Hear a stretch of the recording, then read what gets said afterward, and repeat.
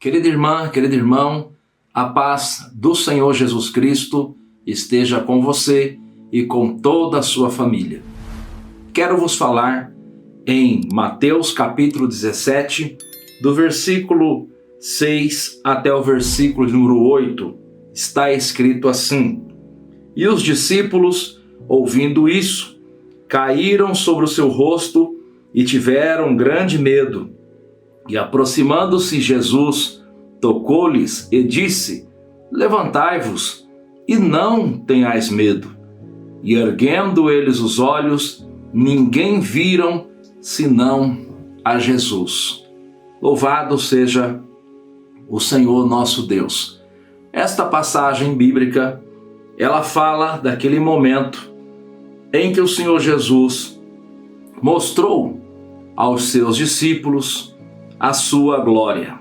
Jesus, por aproximadamente 3 anos, esteve com os seus discípulos neste mundo, pregando, ensinando, curando os enfermos, repreendendo os demônios, ressuscitando os mortos.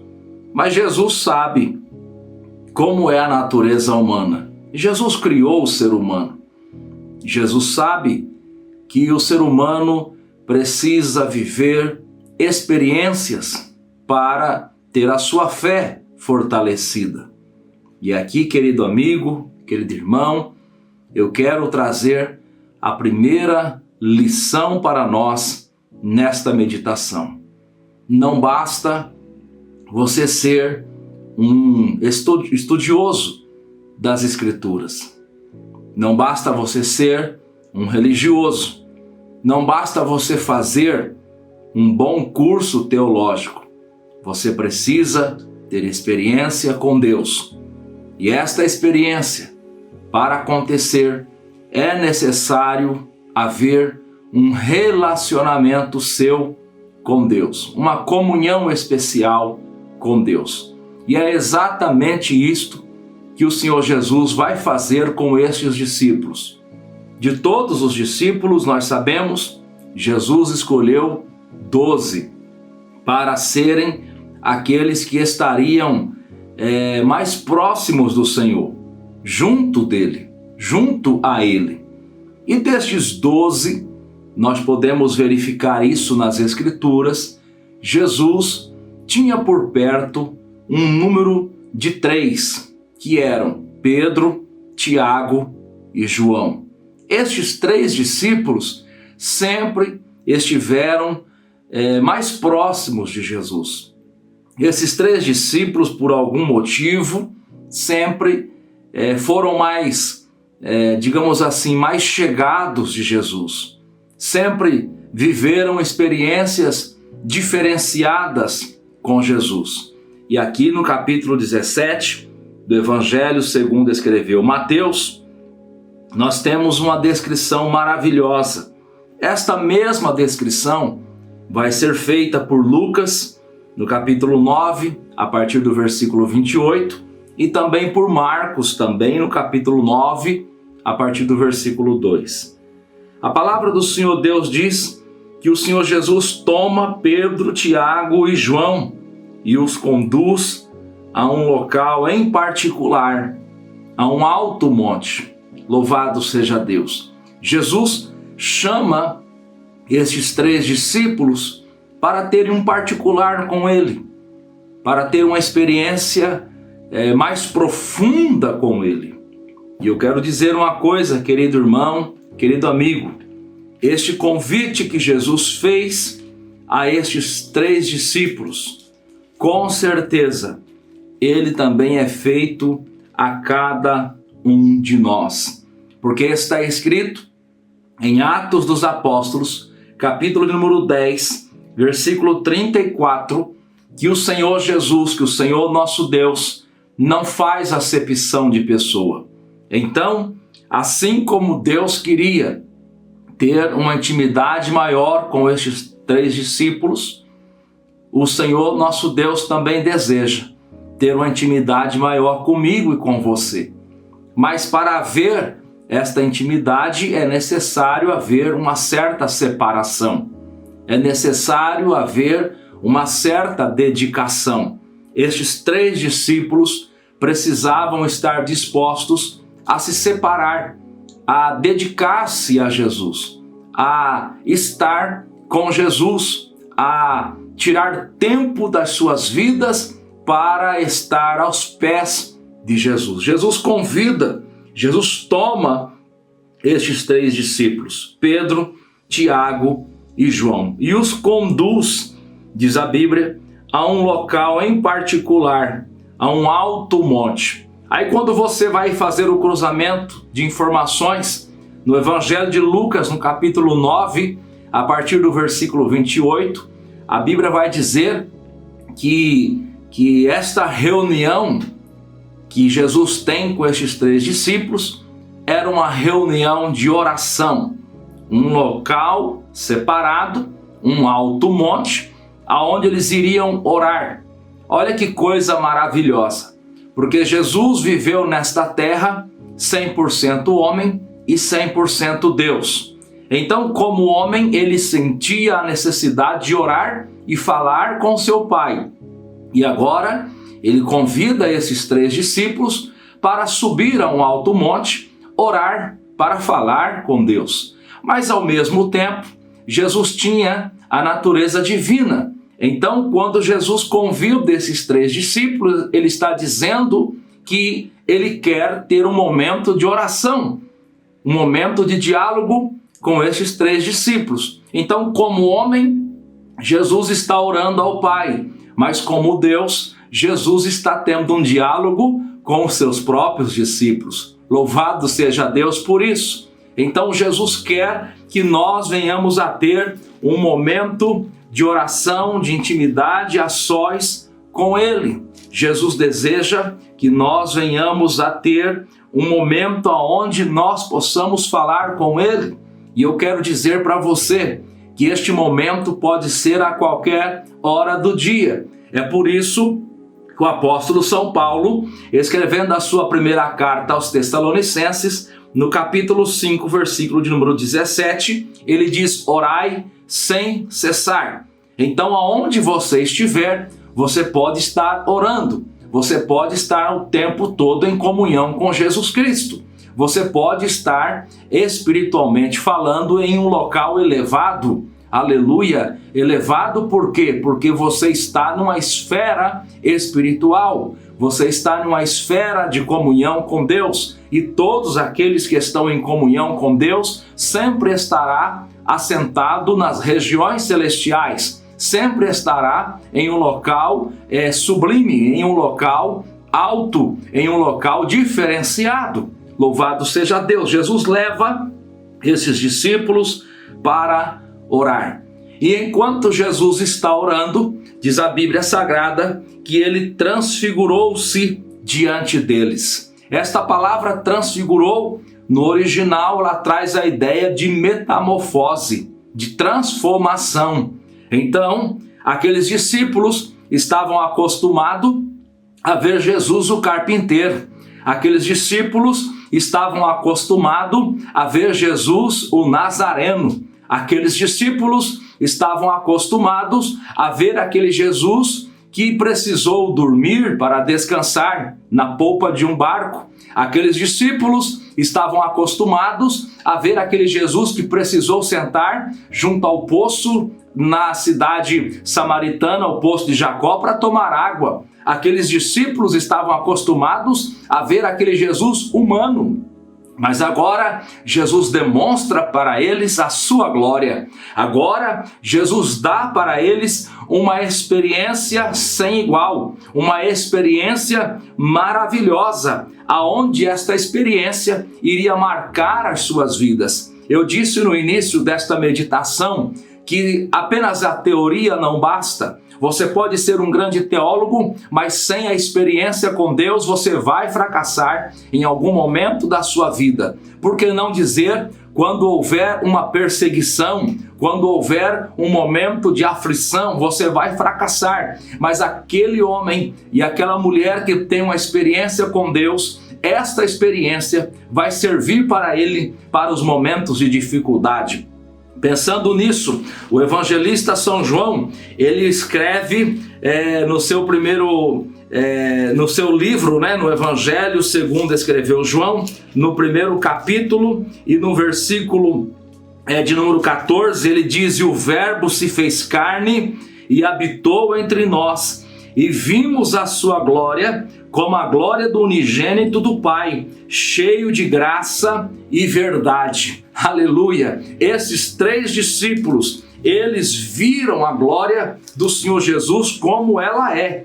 Eles tiveram a experiência com Jesus como ele realmente é. É por isso que esses 3 discípulos foram tão fiéis durante aqueles períodos de perseguição, porque eles tinham uma convicção muito além da teoria. Eles tinham uma convicção que homem algum poderia lhes arrancar. Está escrito também na primeira carta de João, no capítulo 1, versículo de número 1, está escrito assim: "O que era desde o princípio e o que vimos com os nossos olhos e o temos contemplado, e as nossas mãos tocaram a palavra da vida, porque a vida foi manifesta e nós vimos e testificamos dela, e vos anunciamos a vida eterna que estava com o Pai e nos foi manifestada. E o que vimos e ouvimos, isso vos anunciamos, para que tenhais também comunhão conosco. E a nossa comunhão é com o Pai e com seu Filho Jesus Cristo. Estas coisas vos escrevemos, para que o vosso gozo se cumpra." Aleluia! 1 João, capítulo 1, do versículo 1 ao versículo 4. Então, quem tem a experiência sobrenatural com Deus, ele não se move facilmente da sua fé. Dificilmente Satanás, o mundo, as tribulações vai conseguir destruir a fé de alguém que tem uma experiência com Deus. E esta experiência você não adquire lendo livros. Esta experiência você não adquire fazendo um bom curso teológico. Esta experiência você vai adquirir quando você busca ter uma comunhão com Jesus Cristo através da vivência, através da oração, através de uma vida consagrada ao Senhor. Esta experiência será revelada a você quando você realmente se desprender de todas as coisas deste mundo e permitir que o Senhor Deus se revele a você. Observe que, apesar da Bíblia fazer um incentivo para que o homem estude a palavra de Deus, mas apenas ler a palavra de Deus sem ter a revelação, sem ter a graça, sem ter a unção do Espírito, de nada adianta. Por isso que tem tanto religioso que lê a palavra de Deus, mas está vivendo no engano. Por quê? Porque ele não se entregou, ele não se permitiu ser conduzido por Jesus a este alto monte aonde ele se revela. Aleluia! Se você observar, o Senhor nosso Deus sempre se revelou no alto dos montes. E aqui eu estou usando uma figura de linguagem. E aqui eu estou usando uma ilustração. O Senhor nosso Deus se revelou a sua palavra, os 10 mandamentos no alto de um monte. O Senhor nosso Deus se revelou a Israel nos dias de Elias no alto do monte. E aqui Jesus vai se revelar no alto de um monte aos seus discípulos. O que a palavra de Deus está querendo dizer com isso? Que ele vai se revelar naquele local do sacrifício.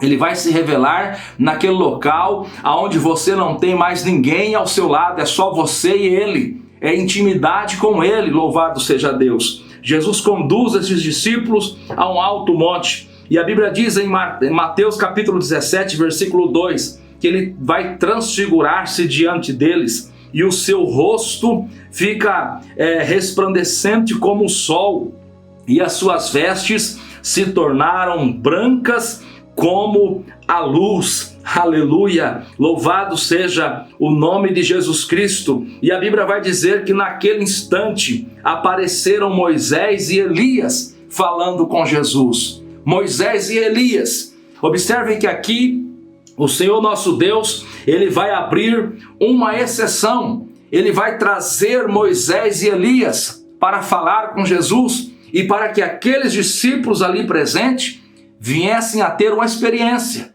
E a Bíblia vai dizer tanto em Marcos quanto em Lucas, que Moisés e Elias conversavam com Jesus a respeito da sua morte. Por quê? Porque tanto os profetas quanto a lei aponta para Jesus e para a sua obra na cruz do Calvário. Toda a lei fala de Jesus. Toda a lei vai se revelar e vai indicar a respeito da obra de Jesus. É por isso que o Senhor Jesus, quando ele ressuscita, ele no capítulo 24 do Evangelho segundo escreveu Lucas, ele tem um encontro com aqueles dois discípulos a caminho de Emaús, e ele chama aqueles dois discípulos a atenção, ele adverte aqueles dois discípulos, dizendo em Lucas 24, versículo 25, ó nécios e tardos de coração, para crer em tudo que os profetas disseram, porventura não convinha que o Filho, que o Cristo padecesse essas coisas e entrasse em sua glória? Versículo 27 do capítulo 24, e começando por Moisés e por todos os profetas, explicava-lhes o que dele se achava em todas as Escrituras. Então a aparição de Moisés e Elias, muito mais do que uma visão daqueles dois homens, indica tanto a lei quanto os profetas. Moisés, representante da lei, Elias, representante dos profetas, e estas duas apontavam para Cristo. Se um homem ler com um coração sincero, buscando a misericórdia e a graça de Deus, se um homem ler a lei e ler os livros proféticos e depois ler o Evangelho, a mente deste homem vai se abrir e ele vai compreender que toda a lei e os profetas falam de Jesus. A Bíblia é cristocêntrica. A Bíblia aponta para Jesus. Louvado seja o nome do Senhor. Estes dois homens aparecem e começam a conversar a respeito da morte de Jesus, sobre aquilo que Jesus iria passar. E isto serviu depois de lições de fortalecimento aos discípulos que estavam ali presenciando aquilo. E aí diz a Bíblia Sagrada que Pedro, tomando a palavra, Mateus 17, versículo 4, disse: Senhor, bom é estarmos aqui.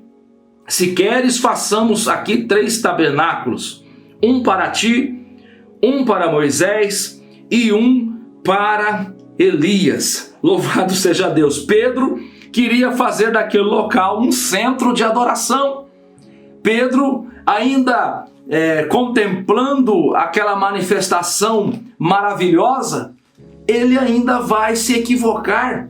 Ele ainda vai imaginar que a vontade de Deus realmente é que exista um local de adoração, desprezando aquilo que Jesus falou para a mulher samaritana. No capítulo 4 do Evangelho segundo escreveu São João, no versículo de número 23, Jesus disse: mas a hora vem, e agora é, em que os verdadeiros adoradores adorarão o Pai em espírito e em verdade, porque o Pai procura tais que assim o adorem. Deus é espírito, e importa que os que o adorem em espírito e em verdade. Louvado seja Deus. Observe, querido irmão, Deus não quer que nós venhamos a fazer de um local um centro de adoração. Não, você não precisa ficar peregrinando de um lado para o outro.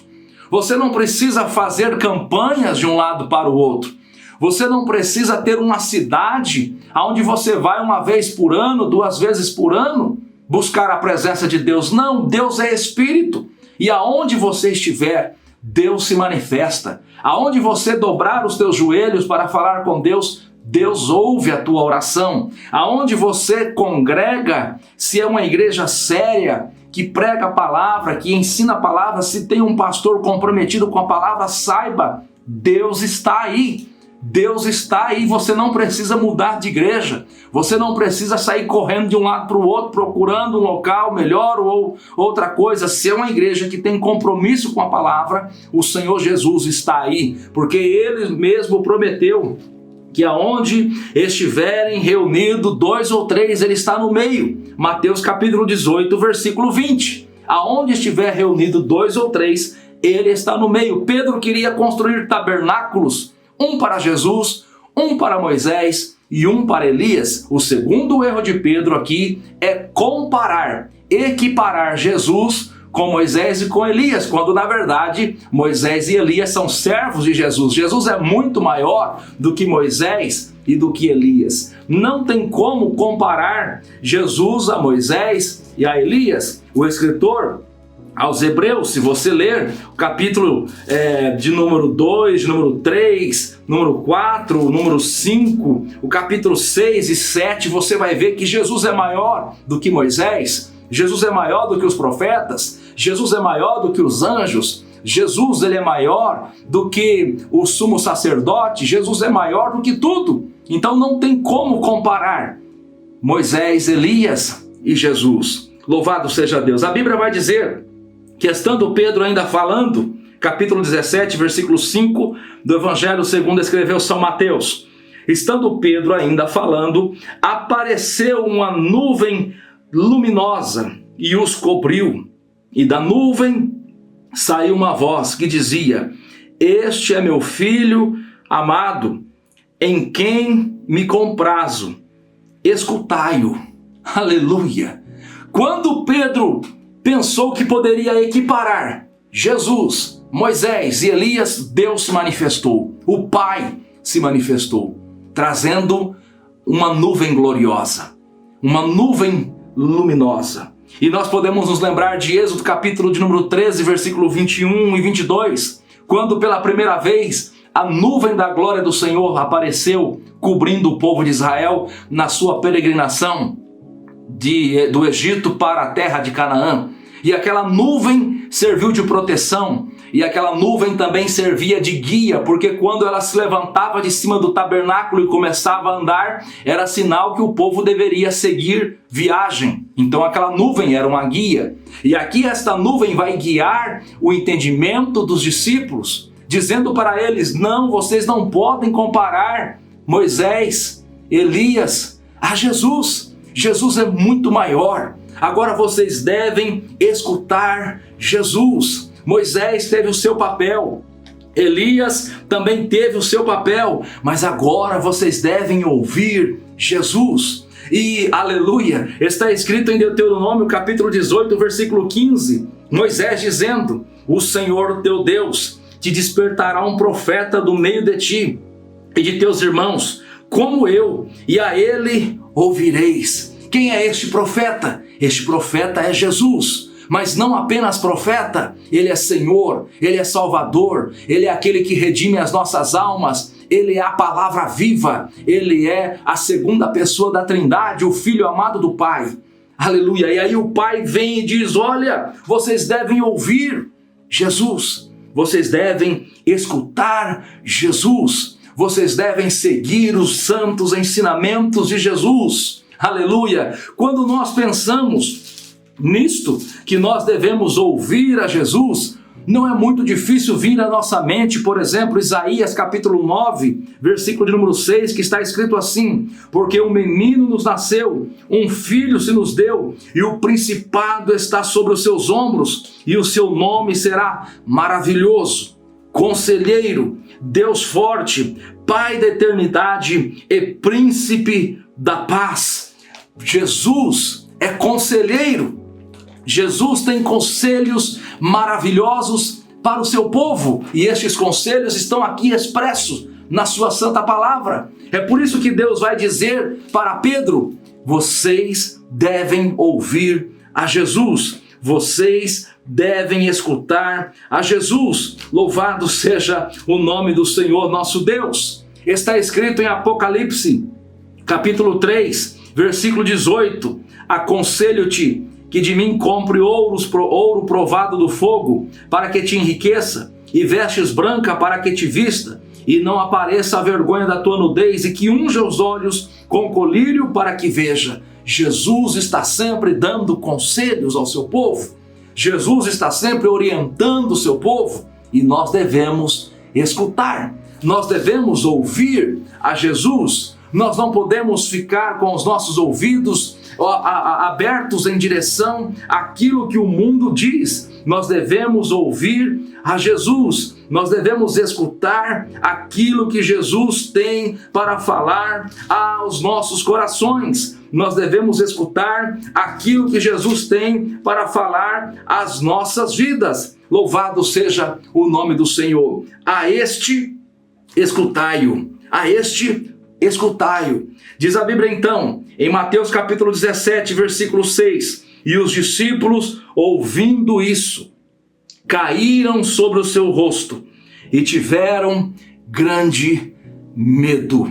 Aleluia! Observe, querido irmão e irmã que me assiste, todas as vezes que a glória do Senhor se manifesta, o homem sente medo, o homem sente temor, o homem reconhece a sua fragilidade, o homem fica preocupado. O que nós estamos vendo hoje em muitos lugares, dizer ser a glória de Deus, não é glória de Deus coisa nenhuma, é manifestação por vezes até mesmo demoníaca, homens dançando, homens se requebrando, mulheres tendo comportamentos estranhos e dizendo que estão cheias da glória de Deus. Não, olha aqui, quando a glória de Deus se manifestou, os discípulos caíram sobre os seus rostos, sentindo grande medo, porque eles sabiam quem eles eram, meros pecadores, homens mortais. Se você observar na palavra de Deus, todas as vezes que a glória de Deus se manifestava, os homens sentiam medo. Isaías, no capítulo 6, versículo 5 do seu livro, ele diz: ai de mim, porque vou perecendo, porque sou um homem de lábios impuros e habito no meio de um povo de impuros lábios, e os meus olhos viram o Rei, o Senhor dos Exércitos. Quando a glória de Deus se manifestou, Isaías disse: ai de mim, porque vou perecendo.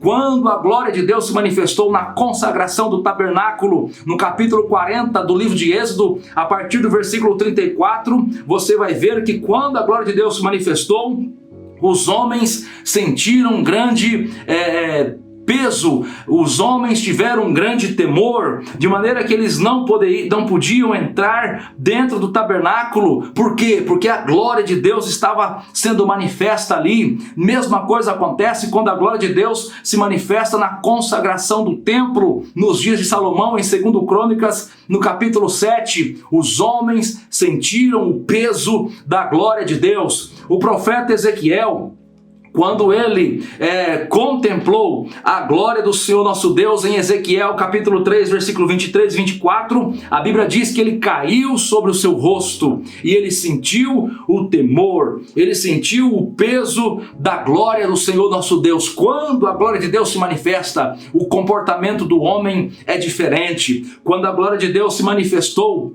lá em Pentecostes, nos dias de Atos dos Apóstolos, no capítulo 2, os homens tiveram ali um comportamento distinto, diferente, de maneira que alguém olhou de longe e até pensou que eles estavam embriagados, mas não, era a glória de Deus se manifestando. Quando a glória de Deus se manifesta, nós temos um comportamento diferente, e o primeiro comportamento que o homem tem quando a glória de Deus se manifesta é a reverência ao Senhor. Quando Saulo, que estava a caminho de Damasco, foi cercado no capítulo 9 do livro de Atos dos Apóstolos, a partir do versículo 3, pela glória do Senhor Jesus. O Senhor Jesus cercou a Saulo, o Senhor Jesus indagou, dizendo: Saulo, Saulo, por que me persegues? Ele diz: quem és, Senhor? Quem és, Senhor? Saulo sentiu o peso da glória de Deus e automaticamente reconheceu que Jesus era o Senhor, mesmo sem saber quem era Jesus, mas ele reconhece o senhorio de Cristo, dizendo: quem és, Senhor? E Jesus responde para ele: eu sou Jesus, a quem tu persegues. Aí você pega o versículo 6 do capítulo 9 de Atos, ele diz, a palavra de Deus diz que ele, tremendo e atônito, disse: Senhor, que queres que eu te faça? Tremendo e atônito, ele diz: Senhor, que queres que eu te faça. Hoje nós estamos vendo as pessoas dizerem que a glória de Deus se manifestou nos cultos, mas no dia seguinte a pessoa continua com seu comportamento pecaminoso. No dia seguinte a pessoa continua vivendo como se nada tivesse acontecido. Mas estes homens que contemplaram a glória de Deus tiveram as suas vidas transformadas. A glória de Deus se manifestou para aqueles 3 discípulos, Pedro, Tiago e João. Em Mateus capítulo 17, versículo 6, a Bíblia diz: e os discípulos, ouvindo isso, caíram sobre o seu rosto, tiveram grande temor. No versículo 7, e aproximando-se Jesus, tocou-lhes e disse: levantai-vos, não tenhais medo. E eles, erguendo os olhos, ninguém viram a não ser Jesus. Observe, querido irmão, que Moisés sai do cenário. Observe que Elias sai do cenário. E agora quem fica? Apenas Jesus. Aleluia! Ver Jesus é o suficiente. Ver Jesus é importante. Ver Jesus é o que nos basta. Você não precisa ter a visão focada no homem. Você não precisa ter a visão focada no seu pastor. Você não precisa ter a visão focada no seu líder. Você não precisa ter a visão focada em Davi, em Moisés, em Elias. Você não precisa ter a visão focada em um papa, em um religioso qualquer. Você precisa ver Jesus. A sua vida será transformada quando você ver Jesus. Quando você pela fé visualizar a Jesus, quando você pela fé entender, compreender quem é Jesus. Eles viram a Jesus. Já não havia mais Moisés, já não havia mais Elias, mas ali estava Jesus, a graça de Deus encarnada, a salvação, a porta, aleluia. Ali estava Jesus, o bom pastor, ali estava Jesus, aquele que disse ser a ressurreição e a vida. Eles viram a Jesus e isso transformou as suas vidas. O escritor aos Hebreus, no capítulo 12 do seu livro, no versículo 2, ele diz que nós devemos olhar para Jesus, o autor e consumador da fé, o qual pelo gozo que lhe estava proposto suportou a cruz, desprezando a afronta, e assentou-se à destra do trono de Deus. É isso que nós precisamos. Nós precisamos ver a Jesus. Nós precisamos contemplar a Jesus, aleluia. Nós precisamos tão somente enxergar ao Senhor Jesus, olhar para Jesus e ser salvos por Jesus Cristo, olhar para Jesus e ser libertos por Ele. Louvado seja Deus. Os discípulos viram a Jesus. E qual foi a palavra de Jesus para eles? A palavra de Jesus para eles foi: levantai-vos, levantai-vos. Deus sempre vai dizer ao homem e à mulher: se levante. Deus disse para Josué: se levante. Os discípulos disse para o cego à beira do caminho: levanta-se, tenha bom ânimo, o mestre está te chamando. Deus sempre vai dizer ao homem: se levante para fazer a minha obra. Se levante, pois eu quero falar contigo. Se levante, pois eu quero te usar. Levantai-vos e não tenhais medo. Aleluia! Quem vê a glória de Deus não tem medo de nada.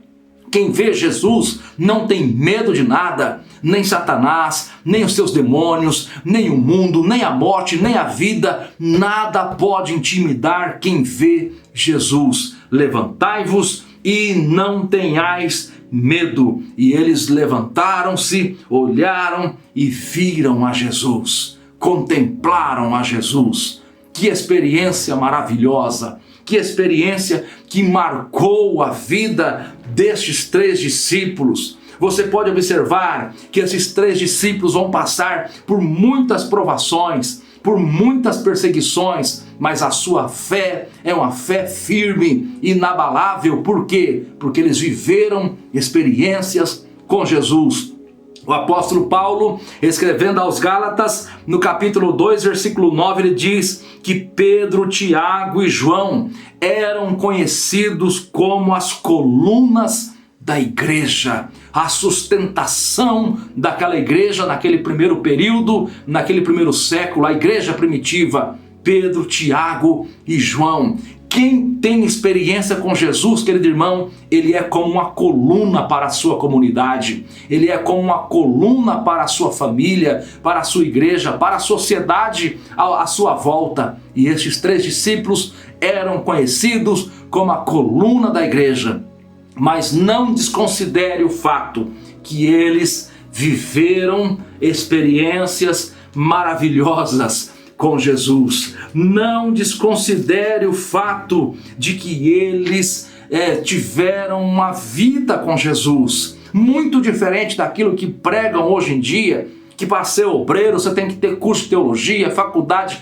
Ora, meu irmão, isso tudo é muito importante, traz conhecimento, traz recursos, mas nada substitui a tua experiência única, pessoal com Deus.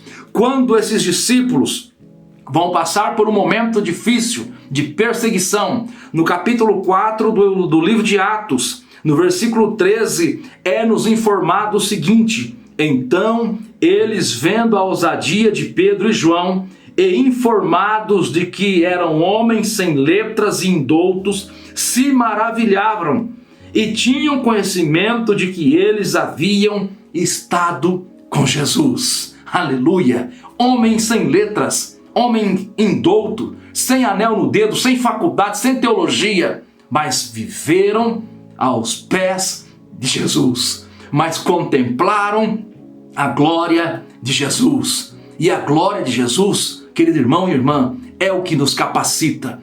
Desde os tempos mais antigos, desde Abraão, desde Noé, desde os dias mais remotos, a glória de Deus foi o que encorajou homens e mulheres a lançar mão do arado e não olhar para trás. Você precisa ter uma experiência sobrenatural com Deus. Você precisa viver uma experiência com Deus. Eu digo a você, busque intimidade com Deus, Ele vai se revelar a você, a sua fé será fortalecida, será edificada para a glória do nosso Senhor e Salvador Jesus Cristo. Que o Senhor Deus continue abençoando a sua vida, a vida da sua família, em nome de Jesus. Em nome de Jesus, não se contenha, não se contente em ter uma vida distante da glória de Deus. Viva na dispensação do Espírito Santo de Deus. Ele quer te capacitar, Ele quer se revelar a você, Ele quer falar ao seu coração, Ele quer revelar a sua santa palavra a você. Deus abençoe a sua vida em nome de Jesus.